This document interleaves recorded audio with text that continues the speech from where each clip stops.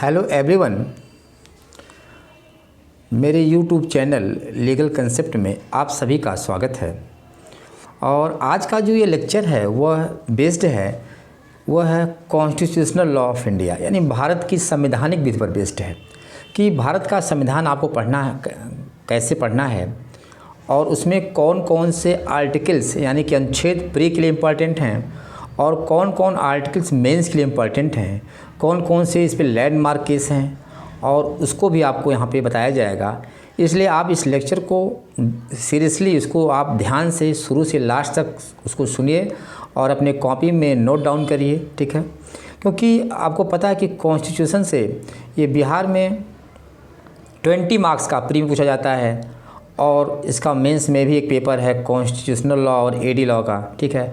तो इन दोनों दृष्टियों से आपके लिए बहुत उपयोगी ये सब्जेक्ट है। इसको आप ध्यान से सुनिए और कम समय में अच्छे तरीके से रिवाइज करिए। तो आज स्टार्ट करते हैं, देखते हैं क्या क्या आपको पढ़ना है। तो सबसे पहले स्टार्ट करते हैं, आप बेरेक्ट से अपने इम्पॉर्टेंट पॉइंट नोट कर लीजिए। यहाँ दो तरीके से आपको मैं बताऊंगा कि पहले आप एक सिंगल टिक लगाएंगे। सिंगल टिक का मतलब हो कि वो प्री के लिए आपके लिए बहुत इंपॉर्टेंट है, प्री के लिए। और जो डबल टिक होगा वो मेंस के लिए होगा, लेकिन आपको प्री में उसको भी पढ़ना होगा। यानी पहला टिक प्री के लिए और दूसरा टिक प्री मेंस दोनों के लिए होता है, ध्यान दीजिएगा। तो यहाँ पे आपको जो केवल प्री के लिए पढ़ना है उसको आपको अच्छे देखना है, बाकी जो मेंस वाला टॉपिक है उसको भी आपको एक बार अच्छे से देख लेना है ताकि आपका प्री का जो है वो क्वेश्चन कहीं भी मिस ना हो। और बाकी जो डबल टिक रहेगा उसमें आपको केवल मेंस के लिए तैयार करना है, क्योंकि मेंस में भी कॉन्स्टिट्यूशनल लॉ और एडी लॉ एक अच्छा पेपर है और इसमें भी आपको बहुत अच्छा स्कोर करने की ज़रूरत है, तभी आपका नाम फाइनल लिस्ट में होगा, ठीक है। तो स्टार्ट करते हैं। आप लोग भी बेरेक्ट को ओपन कर लीजिए और टिक लगाना शुरू करिए, ठीक है। चलिए स्टार्ट करते हैं। देखिए, सबसे पहले आपको क्या करना है कि देखिए यहाँ पे आप जब कॉन्स्टिट्यूशन के बेरेक्ट को ओपन करेंगे तो वहाँ पे देखना ये है कि कुछ अमेंडमेंट किए गए हैं। जैसे आप देखिए, दादर और नगर हवेली तथा दमन और दीव इनका संघ राज क्षेत्रों में विलय किया गया। मतलब the Dadar and Nagar Haveli and Daman and Diu merger of union territory, इन्हें यूटी बना दिया गया, यूनियन टेरिटरी बना दिया गया 2019 में। तो इसको आप थोड़ा सा देख लेंगे कि ये क्वेश्चन जो है वो प्री में पूछा जा सकता है कि किस डेट को ऐसा हुआ है और क्या इसका स्ट्रक्चर है, ठीक है। इसको आप टिक लगा लीजिएगा, ठीक है। सेकेंड आप देखिए कि आर्टिकल 240 में भी अमेंडमेंट किया गया है इसी चीज़ को। यही बात आर्टिकल 240 में अमेंडमेंट करके दी गई है, कौन, दादर और नगर हवेली के बारे में। तो इसको आप एक बार देख लेंगे, ठीक है। दूसरा आपको टॉपिक है कि जम्मू और कश्मीर पुनर्गठन अधिनियम 2019, यानी कि Jammu and Kashmir reorganisation act 2019, ये भी बहुत इंपॉर्टेंट है। इसको भी आपको यहाँ पे क्या करना है, नोट करना है और उसमें देखना है कि किस दिन से ये इन्फोर्समेंट होता है और क्या इसमें किया गया है, ठीक है। तो इसको भी आपको देखना है। थर्ड आप पॉइंट देखेंगे। थर्ड पॉइंट जो है यहाँ पे एक चीज़ और है कि जो आर्टिकल 370 के क्लॉज 3 में अमेंडमेंट हुआ है, आपको पता है कि ये बेसिकली जम्मू कश्मीर के बारे में था और जम्मू कश्मीर से 370 का प्रोविजन हटा दिया गया है और जम्मू कश्मीर में अब जो विशेषाधिकार का दर्जा था, जहाँ पे जम्मू कश्मीर पे अपना स्वयं का कॉन्स्टिट्यूशन लागू होता है, वो सारा सिस्टम समाप्त हो गया है। अब भारत का संविधान कॉन्स्टिट्यूशन ऑफ इंडिया जो है वो जम्मू कश्मीर पर लागू होता है। तो इसको आप आर्टिकल 370 के क्लॉज 3 को भी आप देखेंगे, क्योंकि इसमें भी काफ़ी परिवर्तन किया गया है। तो इसको आप देख सकते हैं, ठीक है। उसके बाद संविधान जम्मू और कश्मीर में एक आर्डर आया, आदेश लागू हुआ है 2019 को, उसको भी 370 के परिप्रेक्ष्य में आप इसको देख लेंगे, ठीक है। तो ये क्योंकि यहाँ 1 से 2 क्वेश्चन यहाँ से आ सकता है, ठीक है। अब स्टार्ट करते हैं आर्टिकल में। आर्टिकल में देखते हैं कि आर्टिकल में कौन कौन से आर्टिकल इंपॉर्टेंट हैं।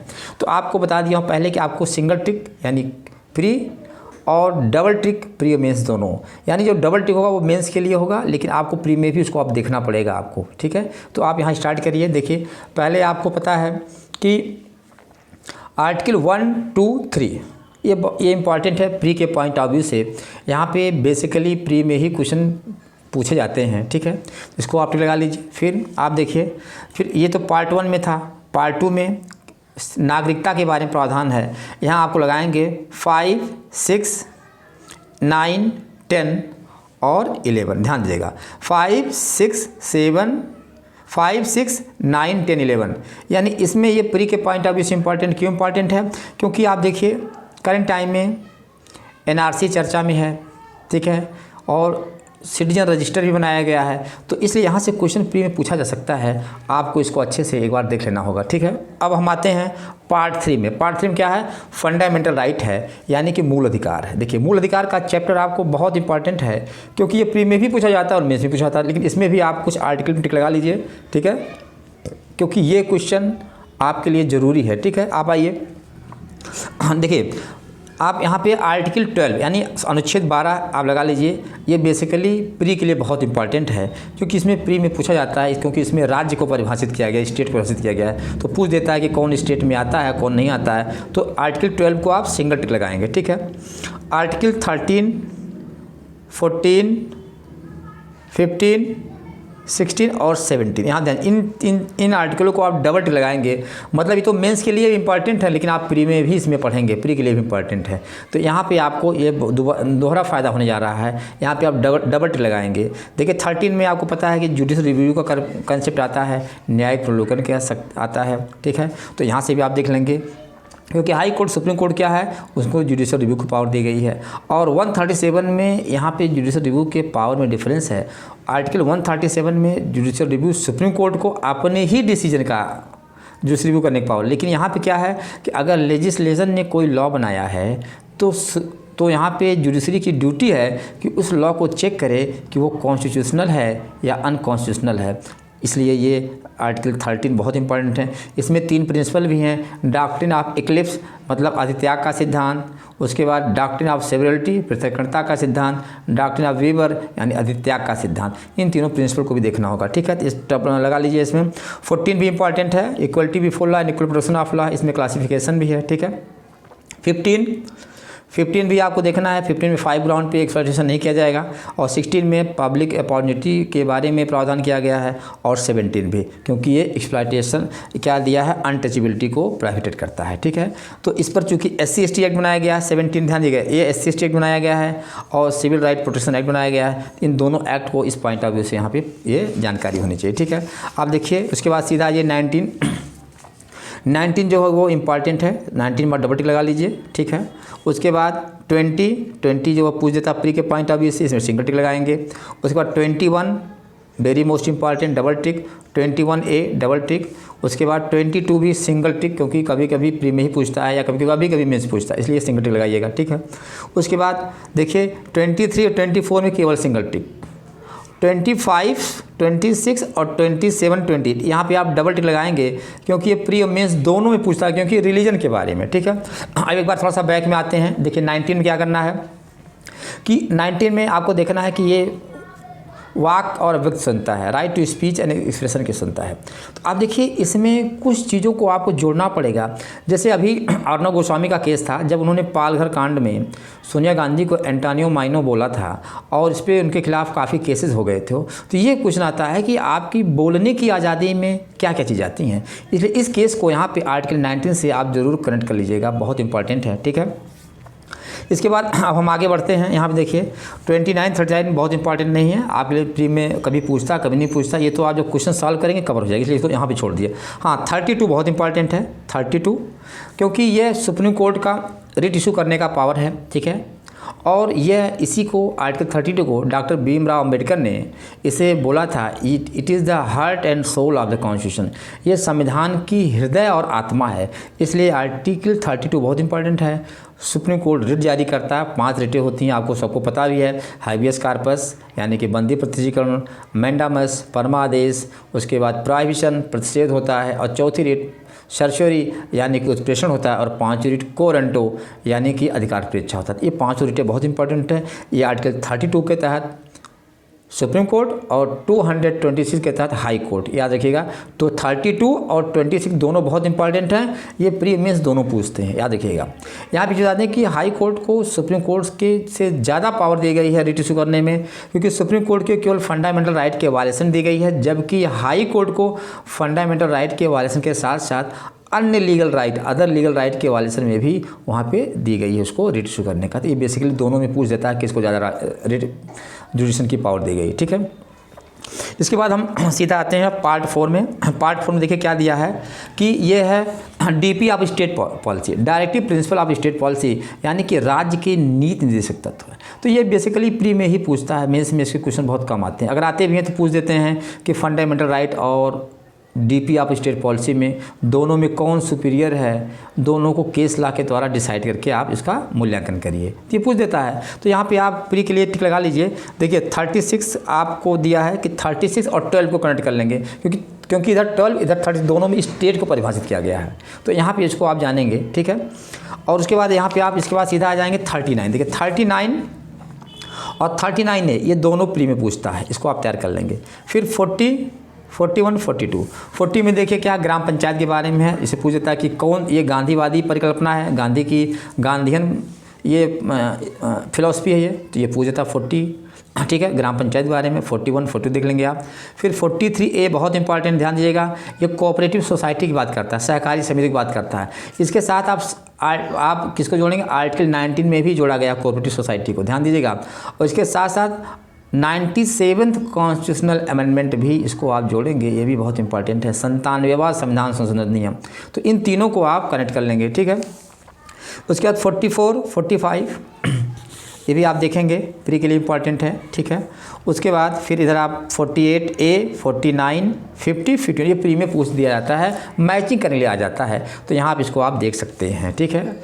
अब दूसरा नेक्स्ट टॉपिक है फंडामेंटल ड्यूटी यानी मूल कर्तव्य। ये किस में है, चैप्टर 4A में, बहुत इंपॉर्टेंट है, ये भी पूछ देता है किस चैप्टर में है, आप यहाँ टिक लगा लीजिएगा, चैप्टर 4A में।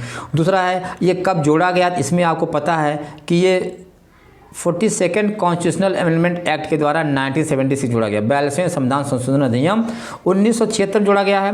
क्यों, क्योंकि यह डॉक्टर स्वर्ण सिंह कमेटी के रिकमेंडेशन पे किया गया था, याद करिएगा। फंडामेंटल ड्यूटीज़ कब जोड़ा गया है, डॉक्टर स्वर्ण सिंह कमेटी के रिकमेंडेशन पे, तो इसको आपको अच्छे ध्यान देना है। तो उस समय टोटल 10 फंडामेंटल ड्यूटीज़ थी, आज की डेट में इसमें कितने फंडामेंटल ड्यूटीज़ हैं, 11 हैं। क्यों, क्योंकि जो सबसे लास्ट में जोड़ा गया है वो 86 कॉन्स्टिट्यूशनल अमेंडमेंट एक्ट 2002 के द्वारा दिया गया। क्या जोड़ा गया है कि 6 से 14 वर्ष के बच्चों के लिए उनके माता पिता की ये रिस्पॉन्सिबिलिटी है, ड्यूटी है कि उनको शिक्षा ग्रहण कराएं, ठीक है। तो ये लास्ट में 11 था, लेकिन इसमें आपको 1 से लेकर 11 तक किस क्लॉज में है उसको सही आप पॉइंट बना के याद कर लीजिएगा, क्योंकि यहाँ से भी एक क्वेश्चन पूछ देता है कि पब्लिक प्रॉपर्टी को सेव करने का फंडामेंटल ड्यूटीज़ किस आर्टिकल 51 के किस क्लॉज में दिया गया, इसलिए आप उसको सारा सा पॉइंट बना के याद कर लेंगे, ठीक है। अब आते हैं चैप्टर पार्ट 5 में आते हैं, यहाँ पे इन्होंने बार दिया है, देखिए यहाँ पे प्रेसिडेंट, ये इंपॉर्टेंट है, 52, 53, 54 ये आप डबल टिक लगाएंगे क्योंकि ये प्री और मेंस दोनों में आता है, ठीक है, यहाँ पे याद दीजिएगा। बाकी 55, 56 में कभी कभी प्री पूछ देता है, आप इसको सिंगल टिक लगाएंगे, ठीक है। हाँ 57 इंपॉर्टेंट है, क्योंकि 57 क्या कहता है, ये प्री के लिए इंपॉर्टेंट है कि भारत का राष्ट्रपति जो है वो चुनाव कई बार लड़ सकता है, उसके लिए कोई अटेम्प्ट भी कोई बैन नहीं है। लेकिन अमेरिका के प्रेसिडेंट को केवल 2 बार चुनाव लड़ सकता है, ध्यान दीजिएगा, एक व्यक्ति केवल 2 बार चुनाव लड़ सकता है, उससे ज़्यादा वो चुनाव नहीं लड़ सकता है। तो यहाँ में दोनों में बेसिक कंसेप्ट है, इसलिए 57 पूछा जा सकता है, ठीक है। उसके बाद 58 में प्रेसिडेंट के क्या क्वालिफिकेशन होनी चाहिए, इसको आपको पता भी है, इसलिए इसमें बहुत परेशान नहीं होना। हाँ 61 बहुत इंपॉर्टेंट है, क्योंकि 61 इम्पीचमेंट की बात करता है, महाभियोग की बात करता है, इसको आप देख लीजिएगा कि महाभियोग कैसे लगाया जाता है, किस सदन में होता है, दोनों चीज़ों को देख सकते हैं आप, ठीक है। फिर आप आ जाइए सीधा सा 63 और 64, वाइस प्रेसिडेंट के बारे में प्री में पूछता है, अदरवाइज पूछता नहीं है, ठीक है। फिर हम सीधा जंप करेंगे 72 पर आ जाएंगे, ध्यान दीजिएगा। 72 बहुत इंपॉर्टेंट पावर है ये। 72 जो है प्रेसिडेंट की पार्डन पावर, क्षमादान शक्ति है, और इसको आप कनेक्ट करेंगे आर्टिकल 161 से, ध्यान दीजिएगा। 161 क्या है, यह राज्यपाल की है, गवर्नर की पार्डन पावर है, और 72 जो प्रेसिडेंट की है। तो दोनों का आप आर्टिकल वाइज याद कर लीजिएगा। प्रेसिडेंट को गवर्नर की तुलना में ज़्यादा पावर दी गई है, क्योंकि प्रेसिडेंट जो है वो सैन्य कोर्ट के द्वारा दिए गए पनिशमेंट को भी माफ़ कर सकता है, जबकि गवर्नर ऐसा नहीं कर सकता है। और प्रेसिडेंट जो है वो किसी व्यक्ति को जिसे मृत्युदंड की सज़ा दी गई है, डेथ पेनाल्टी दी गई, उसको भी क्षमा कर सकता है, एक्सक्यूज कर सकता है। लेकिन राज्यपाल उसको लाइफ टाइम में कन्वर्ट कर सकता है, लेकिन उसको जो है वो माफ़ पार्डन नहीं कर सकता। ये बेसिक डिफरेंस है, यहाँ देख लीजिएगा। बाकी 75 में भी पूछ देता है, 75 में कलेक्टिव रिस्पॉन्सिबिलिटी होती है, ठीक है, यहाँ देख लीजिएगा। और 76 अटॉर्नी जनरल होता है, भारत का महान्यायाधीश होता है, जिसको आपको पता है कि भारत का फर्स्ट लॉ ऑफिसर होता है, भारत सरकार के जो है वो विधिक मामलों में सलाह देता है, ठीक है। और ये भारत के किसी भी न्यायालय में बिना लिखित परमिशन किए क्या कर सकता है, भाग ले सकता है। और इवन ये पार्लियामेंट की कार्रवाइयों में भाग ले सकता है, लेकिन राइट टू वोट, इन्हें वोट देने का अधिकार नहीं। इस 76 आप अच्छे देख लीजिएगा, ठीक है। उसके बाद फिर 79 पूछ देता है प्री में, 79, 80 और 81 ये पूछ देता है। ध्यान दीजिएगा क्या पूछता है कि अब पार्लियामेंट में कौन कौन होता है, प्रेसिडेंट, लोकसभा, राज्यसभा। तो ये प्री के लिए पॉइंट है, इसे यहाँ पे सिंगल टिक लगा लीजिएगा। आप किस में लगा लेंगे सिंगल टिक? सिंगल टिक 79, 80, 81, ठीक है। और इसके बाद 84 भी पूछ देता है, उनकी क्या क्वालिफिकेशन होनी चाहिए, ठीक है। उसके बाद 85 पूछ देता है। देखिए 85 में दिया है ना, जो संसद होता है उसका सत्रावसान होता है, विघटन होता है, यानी कि जो पार्लियामेंट का क्या होता है, प्रोरोगेशन एंड डिसोल्यूशन होता है। इसको ध्यान दें, कौन करता है? राष्ट्रपति करता है। उसकी मीटिंग कब बुलाई जाती है, ये सारी चीज़ों को आपको कैसे क्या करना है, अच्छे से आपको इसमें याद करना, ठीक है। अब आगे देखते हैं। फिर यहाँ पे आपको सीधा ना 93 पे आ जाएंगे। 93 इंपॉर्टेंट है, क्योंकि 93 में क्या होता है कि जो स्पीकर होता है और डिप्टी स्पीकर होता है लोकसभा का, तो स्पीकर का कभी पूछता है कि स्पीकर को ओथ कौन दिलाता है, तो यहाँ पे बता देते हैं कि स्पीकर अपने पद के लिए ओथ नहीं लेता है, बल्कि जब न्यू असेंबली इलेक्ट होकर आती है तो उसमें जो सबसे सीनियर होता है उसे बनाया जाता है प्रोटम स्पीकर, और वही सारे मेंबर को एक बार अपने पद के लिए क्या करता है, ओथ दिलाता है। और वो जो स्पीकर होता है एज ए पार्लियामेंट मेंबर ही ओथ लेता है, स्पीकर के रूप में कोई ओथ नहीं लेता है। ये चीज़ आप याद रखिएगा, बहुत इंपॉर्टेंट है। 93 देख लीजिएगा, 94 भी देख लीजिएगा, प्री के लिए पूछा जाता है, ठीक है। ये सब चीज़ों को आपको याद करना है, ठीक है। उसके बाद फिर इधर आप सीधा डायरेक्ट आ जाएंगे, ये आ जाता है 102, बहुत इंपॉर्टेंट है। जो डिस्क्वालिफिकेशन फॉर में क्या क्या चीज़ें डिस्क्वालिफिकेशन होती है, ये भी पूछ देता है 102। और उसके बाद 103 भी पूछ देता है, ठीक है, इसको भी आप देख लेंगे। और उसके बाद 105 जो विशेषाधिकार, ध्यान दीजिएगा, जो अब 105 को आप किस सेक्शन से कनेक्ट करेंगे इसको आप ध्यान दीजिएगा। इसको मैं आपको थोड़ा कनेक्ट करवा देता हूँ, क्योंकि यहाँ पे आपको जो है वह गलती नहीं करना है, ध्यान दीजिएगा, ठीक है। यहाँ पे आपको गलती नहीं करना है।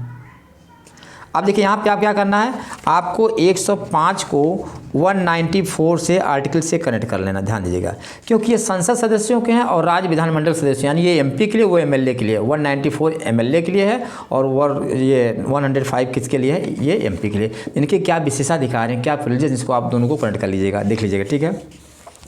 उसके बाद 108 ज्वाइंट सेशन बैठता है, संयुक्त मीटिंग होती है राज्यसभा लोकसभा की, तो इसको भी आप देख सकते हैं। जब दोनों अधिवेशन में कोई वो होता है, कोई डिस्प्यूट होता है, तो वो दोनों सदन की, दोनों सेशन पार्लियामेंट की जो है क्या होती है, ज्वाइंट मीटिंग बुलाई जाती है, ये भी याद रखिएगा। और इसके बाद यहाँ पे एक चीज़ ध्यान दीजिए, आपको 110 को, जिसमें धन विधेयक को परिभाषित किया है, इसके साथ आपको एक सेक्शन और कनेक्ट करना है जो है 199, बहुत इंपॉर्टेंट है। आर्टिकल 199 को भी कनेक्ट करना है, क्योंकि इसमें भी धन विधेयक यानी कि मनी बिल की डिफिनेशन दी गई थी। तो क्वेश्चन पूछ सकता है कि मनी बिल डिफाइन किया गया है आर्टिकल 110, आर्टिकल 199, ठीक है। उसके बाद A and B both and none of this, यहाँ पे बोथ मारना है, क्योंकि आपको तो पता है केवल 110 में, जबकि 199 में भी जो है मनी बिल के बारे में बताया गया है, इसको डिफाइन किया गया है, ठीक है। इसको आप याद रखिएगा, ठीक है। फिर इधर 112 आप देखेंगे प्री के लिए, बाकी इधर आप देख सकते हैं। हाँ 121, 122 ये बहुत इंपॉर्टेंट है, क्योंकि जुडिशरी की इंडिपेंडेंसी चेक की जाती है कि क्या वास्तव में भारत की न्यायपालिका जो है वो स्वतंत्र है। तो इसके लिए आप देखिए 121, आर्टिकल 121 और 122 में क्या दिया है कि जो भी बातें होती हैं वो जुडिशियल मामलों में, उसमें पार्लियामेंट में कोई भी उसमें क्वेश्चन नहीं किया जाएगा, वो डिस्कशन नहीं होगा। इसलिए जुडिशियल की बात, जुडिशरी को प्रोटेक्ट किया जाता है 121 के तहत।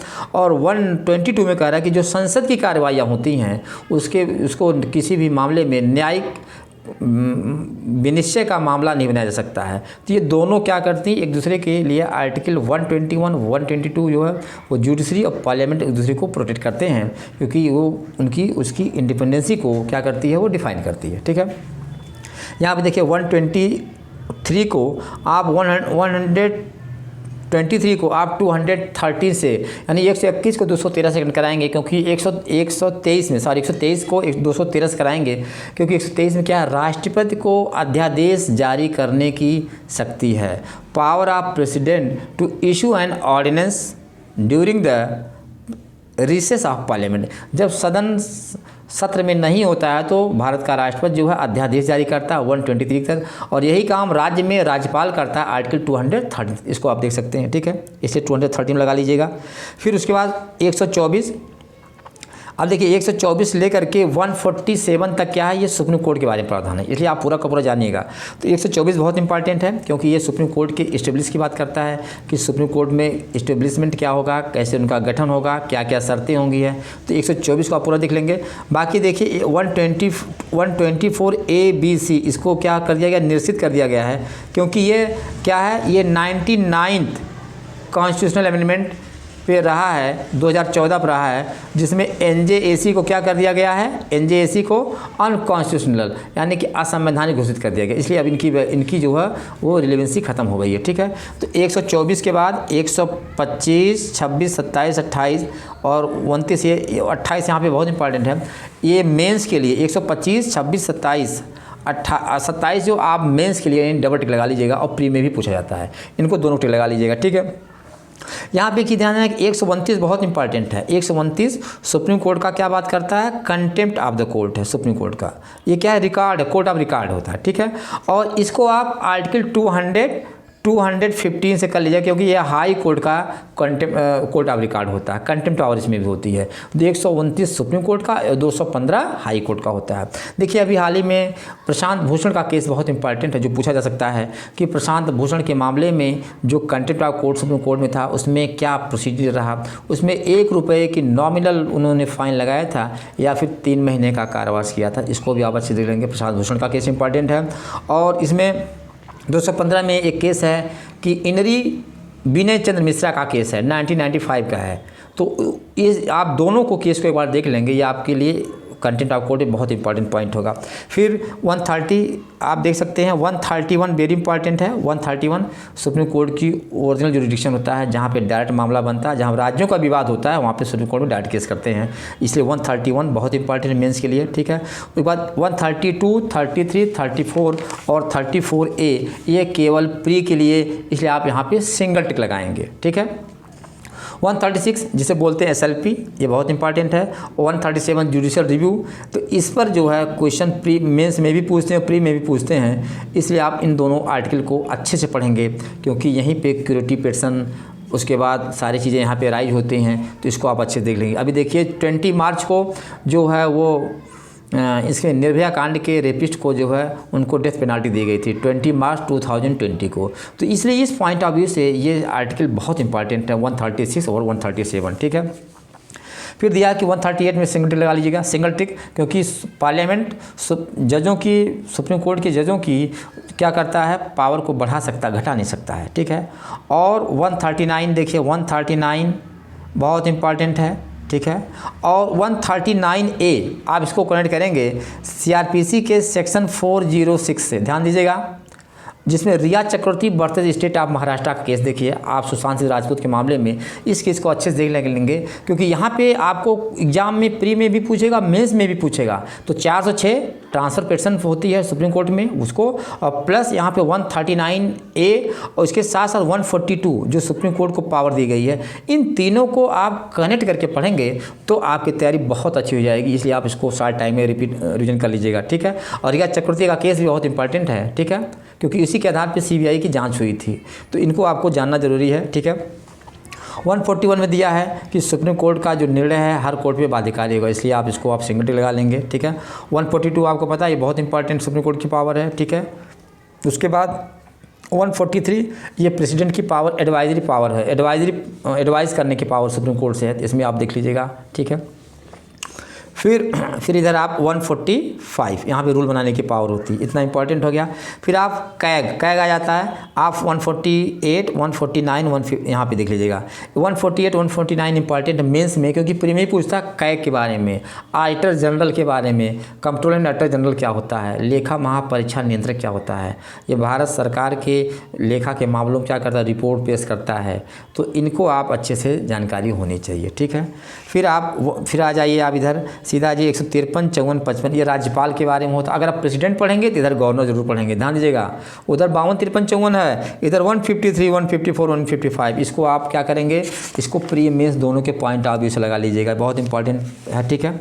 बाकी तो आपको पता है कि 161 आपने बताया ना कि 72 के साथ 161, क्योंकि प्रेसिडेंट को पार्डन पावर दी गई, इसको देख लीजिएगा आप, ठीक है।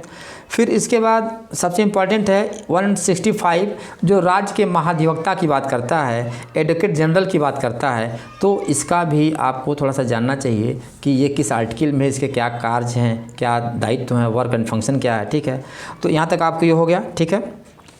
उसके बाद देखिए 169 बहुत इंपॉर्टेंट, ध्यान दीजिएगा, क्योंकि 169 जो है वो बाईकैमरल सिस्टम है, यानी द्विसदनीय व्यवस्था, राज्यों की द्विसदनीय व्यवस्था है। तो अभी तक कितने द्विसदनीय राज्य हैं, तो इसमें आप देखिएगा 7 हैं या 8 हैं, ये आपको क्लियर करना है, 8 शायद हैं। तो आप इसको देख लीजिएगा कि द्विसदनीय व्यवस्था क्या होती है, बाईकैमरल स्टेट क्या होते हैं, इसका प्रावधान कहाँ संविधान में, कॉन्स्टिट्यूशन में 169 में है, ठीक है, 169 ध्यान दीजिएगा। फिर उसके बाद 170 171 यहाँ आपको सिंगल टिक लगाना, 169 170 171 यहाँ पे सिंगल टिक लगाना है। उसके बाद इसमें ज़रूरत नहीं है, आप आगे बढ़ सकते हैं, ठीक है। उसके बाद आप सीधा बढ़ जाएंगे, ठीक है। यहाँ पे आप देखेंगे फिर आ जाएगा, आपको बताया ना कि आपको 194 बहुत ज़रूरी पढ़ना है। क्यों पढ़ना है, क्योंकि ये जो राज्य विधानसभा के जो मेंबर होते हैं उनके लिए विशेषाधिकार होता है, विशेष शक्तियाँ दी जाती हैं। 105 में एमपी के लिए और 194 एमएलए के लिए, इसको आप याद रखिएगा, ठीक है। फिर आपको इधर मैंने बता दिया कि 199 आपको देखना है, ठीक है।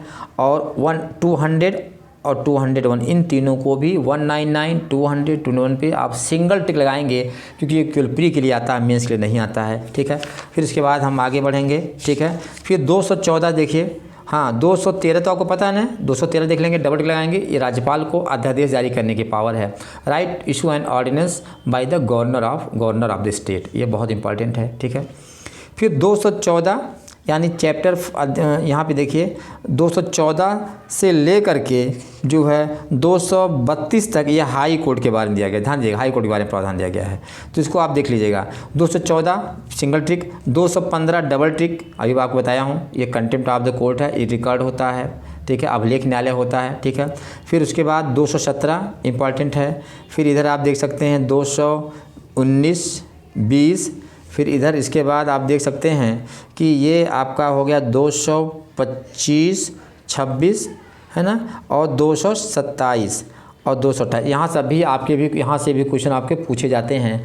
और 225 226 27 बहुत इंपॉर्टेंट है, क्योंकि सुप्रीम कोर्ट को एक्चुअल पावर यहाँ से जनरेट होती है 226 से और 227 से, इसको अब आपको देखना है, ठीक है।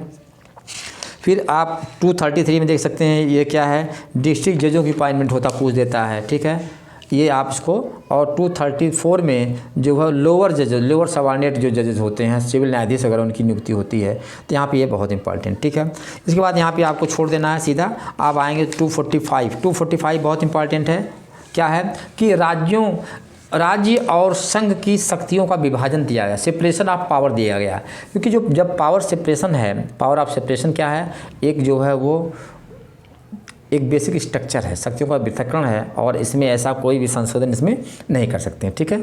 अब आगे देखिए, फिर 245 246 आप लगा लिए डबल टिक, 245 246 245 है ना, 248 249, ठीक है। उसके बाद आप लगाएंगे फिर 251, ठीक है, और 252 और 250, इसमें आप डबल टिक लगाइएगा, क्योंकि यहाँ पे बहुत इंपॉर्टेंट क्वेश्चन पूछते हैं, प्री मेंस दोनों पूछे जाते हैं, क्योंकि इसमें बहुत से प्रिंसिपल लेट डाउन है, डॉक्ट्रिन ऑफ टेरिटोरियल नेक्सस, राज्य क्षेत्राधीन का संबंध, फिर पिच एंड सब्सटेंस थियरी है, डॉक्ट्रिन ऑफ कलेबू लेजिस्लेशन है, तो आभासी विधायन का सिद्धांत, ये सारे सिद्धांत यहाँ पे, इसको आपको बहुत इंपॉर्टेंट है, ठीक है। फिर इसके बाद आप आगे बढ़ सकते हैं, ठीक है। फिर यहाँ पे 262 और 263, यहाँ पे ये कभी कभी प्री में पूछ देता है और कभी कभी मेंस, इसलिए यहाँ पे सिंगल टिक लगाएंगे। 262-63 यहाँ पे जरूर पूछा जाता है, ठीक है।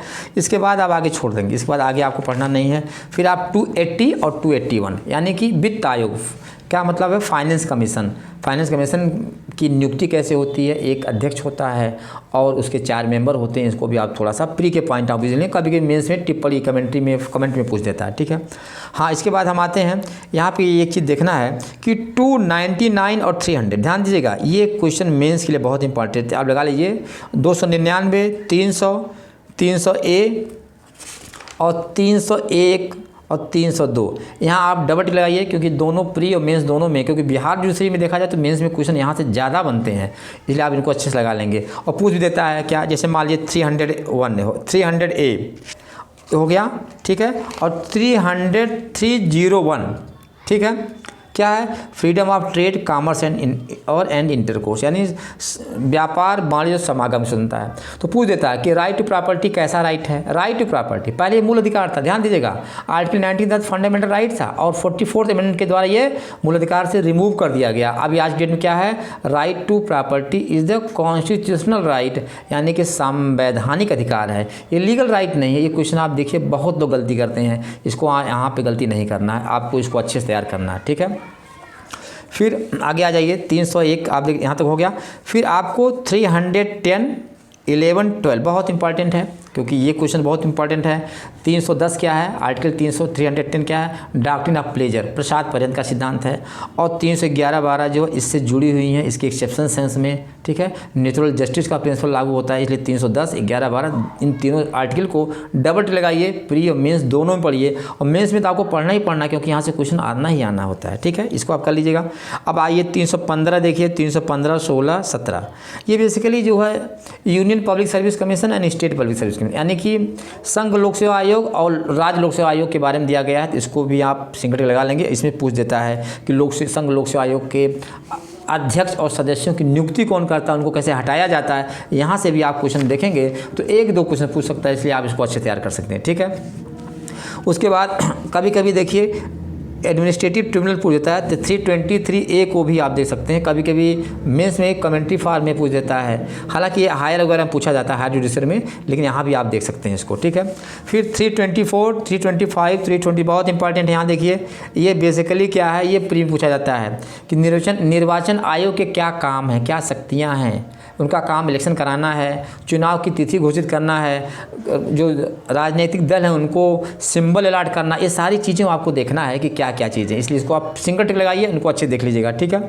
फिर 331 और 333 देखिए, इसमें एंग्लो इंडियन का नॉमिनेट करने का प्रोविजन है। 331 और 333 में अभी हालांकि अमेंडमेंट कर दिया गया है, इसको रोक दिया गया है। तो 331 और 333 दोनों देख लीजिएगा कि प्रेसिडेंट की और गवर्नर की कितनी पावर है कि लोकसभा में या राज्य विधानसभा में एंग्लो इंडियन को अपॉइंट करने का, इसको आप अच्छे देख लीजिएगा, ठीक है।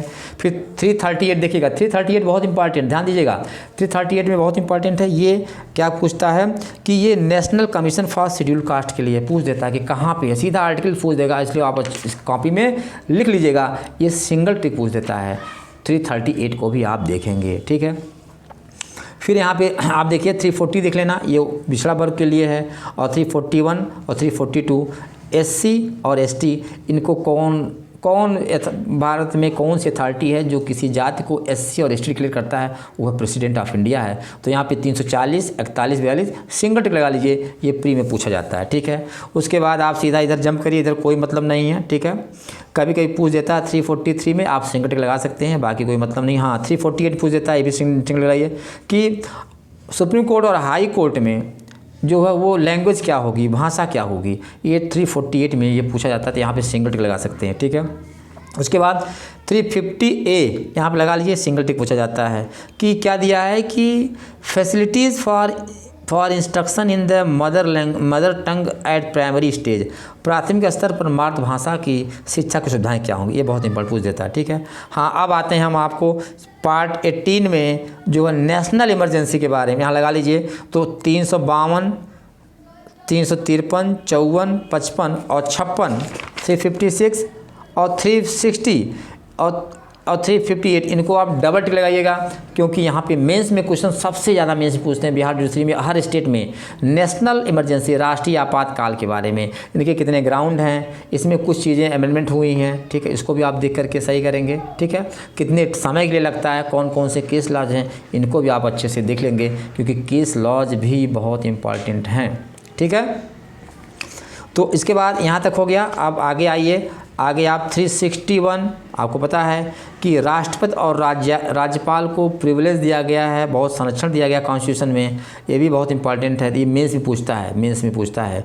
और इधर 361A एंड B ये प्री में कभी पूछ देता है, इसलिए यहाँ टिक लगा लीजिएगा, ठीक है। इसके बाद आते हैं, बहुत इंपॉर्टेंट है 368 में क्या है कि यह पूछा जाता है कि कॉन्स्टिट्यूशन में अमेंडमेंट कैसे होता है, उसकी प्रक्रिया क्या है, प्रोसीजर क्या 368 में, इसको आप 368 में कर लेंगे। इसमें शंकरी प्रसाद का केस है, गोलकनाथ का केस है, केशवानंद भारती का केस है, मिनर्वा मिल्स का केस है, ये सारे केसेस और भी ऐसे केसेस जिनको आप अच्छे से तैयार कर लीजिएगा। शंकरी प्रसाद, गोलकनाथ, मिनर्वा मिल्स का मामला, ठीक है, और केशवानंद भारती का केस है, तो ये सारे केसेस और भी केसेस हैं, इनको आप अच्छे से तैयार कर लीजिएगा, ये बहुत इंपॉर्टेंट है, ठीक है। इसके बाद देखिए 370, आपको पता है कि जम्मू कश्मीर में 370 हट गई, तो ये अब चूँकि हट गया है इसलिए यहाँ पे जरूर पूछा जाएगा। अब इसके साथ साथ इसके आसपास 371A B C D सबको एक बार क्या करिएगा आप पॉइंट वन बना दीजिए, क्योंकि यहाँ से क्वेश्चन बन सकता है, पूछा सकता है, आप गलती कर देंगे। जहाँ पे किसी आर्टिकल में अमेंडमेंट होता है उसके आसपास के भी आर्टिकल को हमें देख लेना चाहिए। ये हमारा क्या कहता है, ये रूल ऑफ लॉ नहीं है, रूल ऑफ प्रिकॉशन है, ये सावधानी का सिद्धांत है, इसको आप यहाँ पे कर सकते हैं, ठीक है। तो इसको आप देख लीजिए सिंगल टिक में 370, 71, 371A B C D E यहाँ पे सिंगल टिक लगा लीजिएगा, और 370 को आप अच्छे से पढ़ लीजिएगा, क्योंकि यहाँ पे हो सकता है मेंस में भी पूछा जा सकता है, ठीक है। इतना तक हो गया आपका। फिर इधर 393 बहुत इंपॉर्टेंट है, देखिए 390 पूछता है कि संविधान को क्या कहेंगे, भारत का संविधान कहेंगे, कॉन्स्टिट्यूशन ऑफ इंडिया कहेंगे, इसको बहुत ज़रूरी है, यहाँ आप देखेंगे। और उसके बाद 12 अनुसूचियाँ हैं, 12 शेड्यूल हैं, ध्यान दीजिएगा, 12 शेड्यूल, इसको आपको ध्यान देना है, 12 शेड्यूल हैं, पहले शेड्यूल से लेकर के 12 शेड्यूल तक, इसमें क्या क्या दिया गया है। जैसे हम बात करें तो 12 शेड्यूल में क्या दिया, म्यूनसिपाल्टी दी गई है, नगर पालिका दी गई है, ठीक है। 11th में क्या दिया है, 11th में दिया गया है कि वो पंचायती राज है। अब देखिए अब 11th शेड्यूल जो है वो 73 कॉन्स्टिट्यूशनल अमेंडमेंट के द्वारा 73वें संविधान द्वारा जोड़ा गया है, और 74वें के द्वारा 74 के द्वारा वो शेड्यूल 12 जोड़ी गई है, ठीक है। अब शेड्यूल 10 किस में जुड़ी गई है, यानी अनुसूची 10 क्या है, दल बदल बारे में, एंटी डिफेक्शन लॉ के बारे में है, तो ये किसकी जुड़ी है, 52nd कॉन्स्टिट्यूशनल अमेंडमेंट के द्वारा जुड़ी गई है, तो इनको भी आपको देखना पड़ेगा, ठीक है। फिर उसका 9th शेड्यूल में क्या रखा गया, आपको पता है 9th शेड्यूल में कुछ ऐसे सब्जेक्ट रखे जाते हैं जो न्यायिक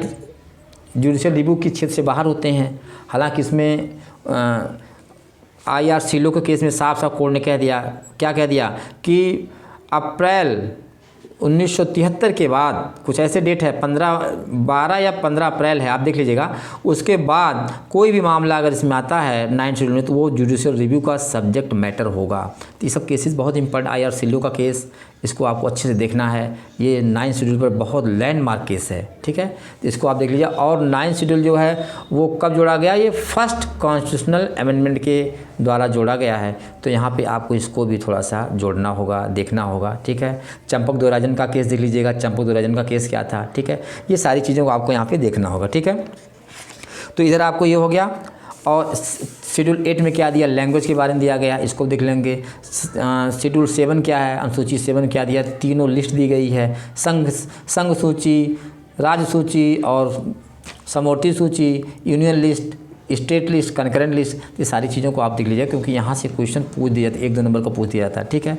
तो ये इतने हो गए। अब हम आपको थोड़ा सा ये बताना चाहेंगे कि आप कौन कौन अमेंडमेंट आपको देखना है, कौन कौन अमेंडमेंट देखना है, ठीक है। इसके पहले कुछ केस लॉ आप जरूर देख लीजिएगा। केस लॉ जैसे आप आर्टिकल 14 पर जितने भी केस लॉ देख लीजिएगा, ईपी के लिए पूछ देता है, चाहे ईपी रेपा का मामला हो, मेनका गांधी का मामला है, एयरपोर्ट अथॉरिटी का केस हो, ये सारे केसेस को आप देख लेंगे, ध्यान दीजिएगा, सारे केस आप देख लेंगे आर्टिकल 14 पर। आर्टिकल 15 पर देखिए, 15 16 पर देखिए, इसमें देखिए 16 पे जो रिजर्वेशन वाले केस हैं, जैसे इंदिरा साहनी का केस है, बालाजी बनाम मैसूर राज का केस है, ठीक है। इसके साथ साथ फिर यो प्रमोशन में आरक्षण आएगा, देखिए प्रमोशन में आरक्षण में है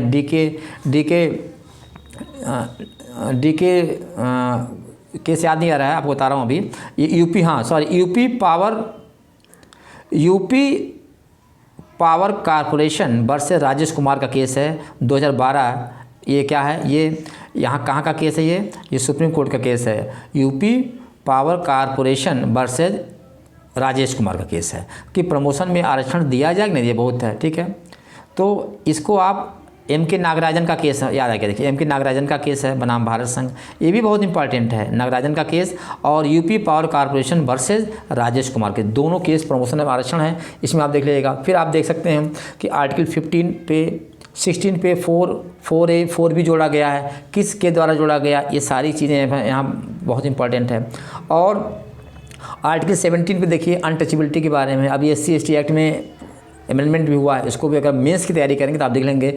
डॉक्टर काशीनाथ महाजन का केस है, ये 2018 का केस है, बहुत इंपॉर्टेंट। डॉक्टर काशीनाथ महाजन का केस है, आप देख लीजिएंगे, ये भी आपके कॉन्स्टिट्यूशन से जुड़ा हुआ प्लस SC से जुड़ा है। तो इन केसेस को आप ज़रूर देख लेंगे, और क्योंकि ये केसेस बहुत इंपॉर्टेंट हैं, ठीक है। अब आपको कुछ हम अमेंडमेंट बता देते हैं कि अमेंडमेंट कौन कौन से आपके लिए इंपॉर्टेंट, उसको आप ज़रूर देख लीजिएगा।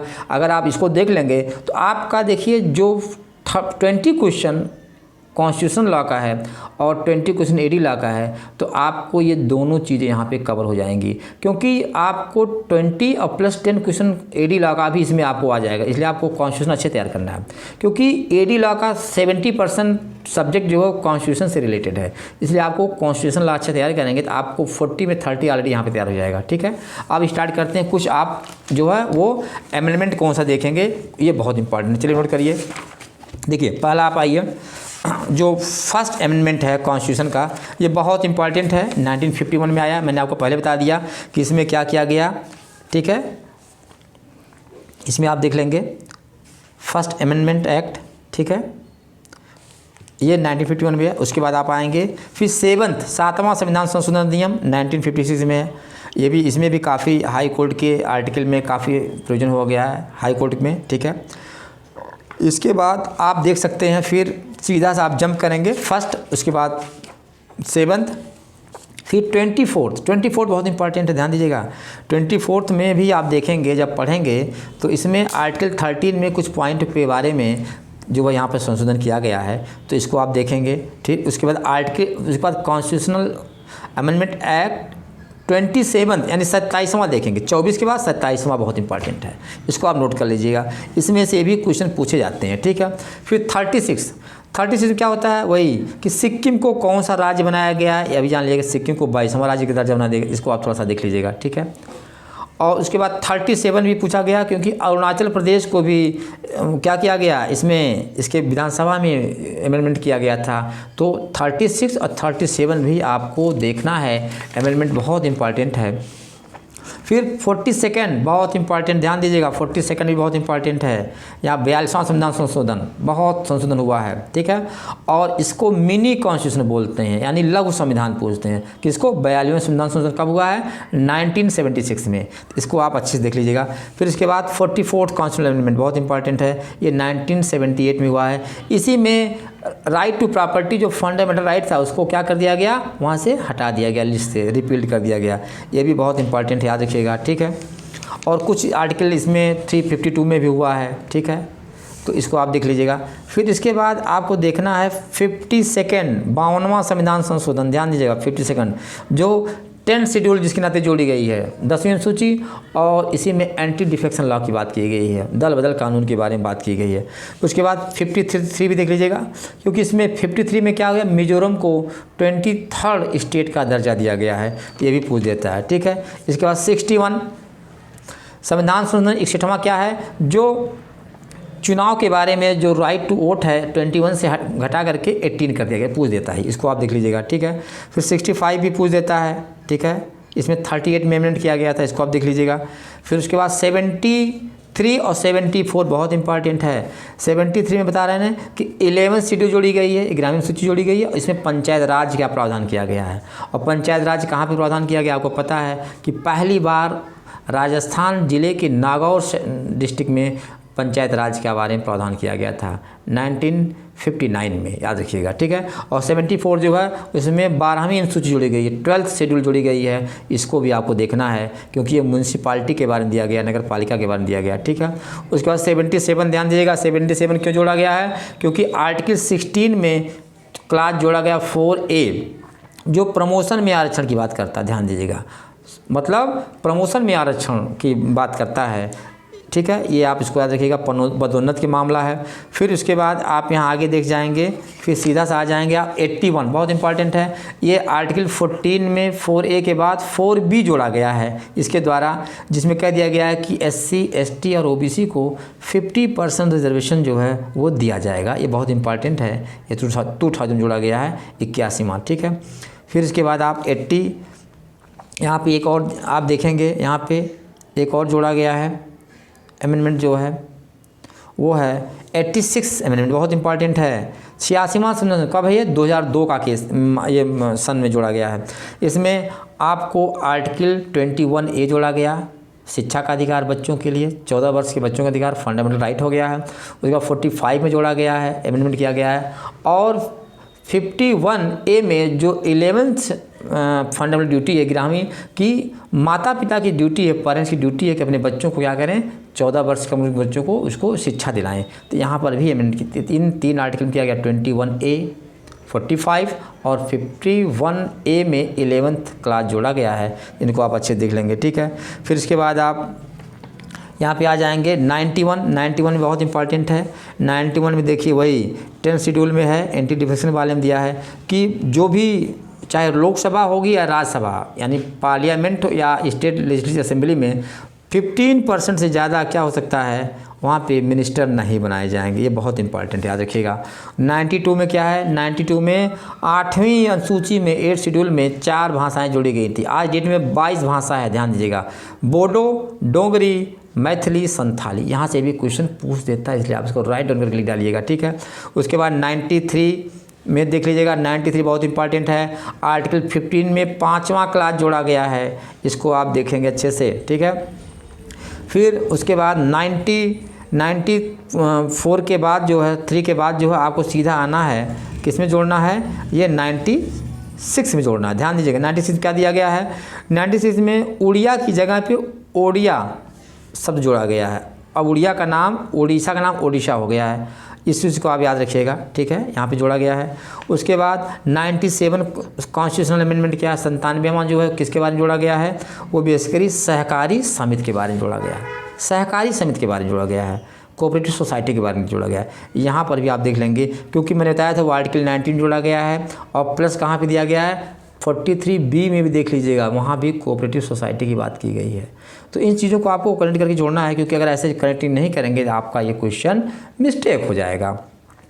फिर आते हैं 99 जो 2014 में 99th संविधान संशोधन अधिनियम क्या है, NJAC, यानी कि NJAC मतलब होता है नेशनल जुडिशियल अपॉइंटमेंट कमेटी, जो बनाया गया था उसको सुप्रीम कोर्ट ने क्या कर दिया गया, अनकॉन्स्टिट्यूशनल कर दिया गया।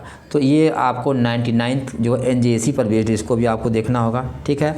100 देखिए, भारत बांग्लादेश के बारे में दिया गया था कि कुछ क्षेत्र जो है वो बांग्लादेश को अंतरित करने से संबंधित था ये, और प्रोटोकॉल के बारे में था, बांग्लादेश को कुछ क्षेत्र देने के बारे में बात की गई थी। तो और प्रोटोकॉल के बारे में 100 कॉन्स्टिट्यूशनल अमेंडमेंट्स, यानी 100वां संविधान कब हुआ था, ये 2016 में हुआ था, याद रखिएगा, 2015 में हुआ था। और उसके बाद 100 में क्या हुआ था, 100 2016 में हुआ था, ठीक है, याद रखिएगा, ये गलती नहीं होनी चाहिए, ठीक है।